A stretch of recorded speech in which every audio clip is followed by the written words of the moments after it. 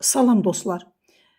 Ən çox rastlanılan səhvlər silsiləsindən növbəti sualı sizlərə izah edirəm.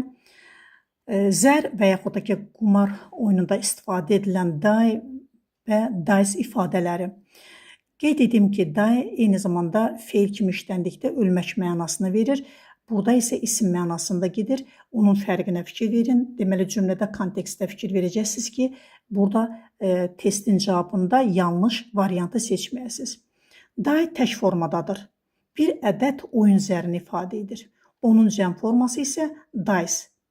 2 və yaxud da daha çox zəri ifadə edir. Qeyd edim ki, müasir danışıq dilində artıq tək zərə də dice deyirlər. Lakin formal, qrammatik cəhətdən tək die, cəm isə dice götürülür. Diqqətinizə görə sağ olun. Videonu bəyənməyi və paylaşmağı unutmayın. Digərləri də bu videodan faydalansınlar.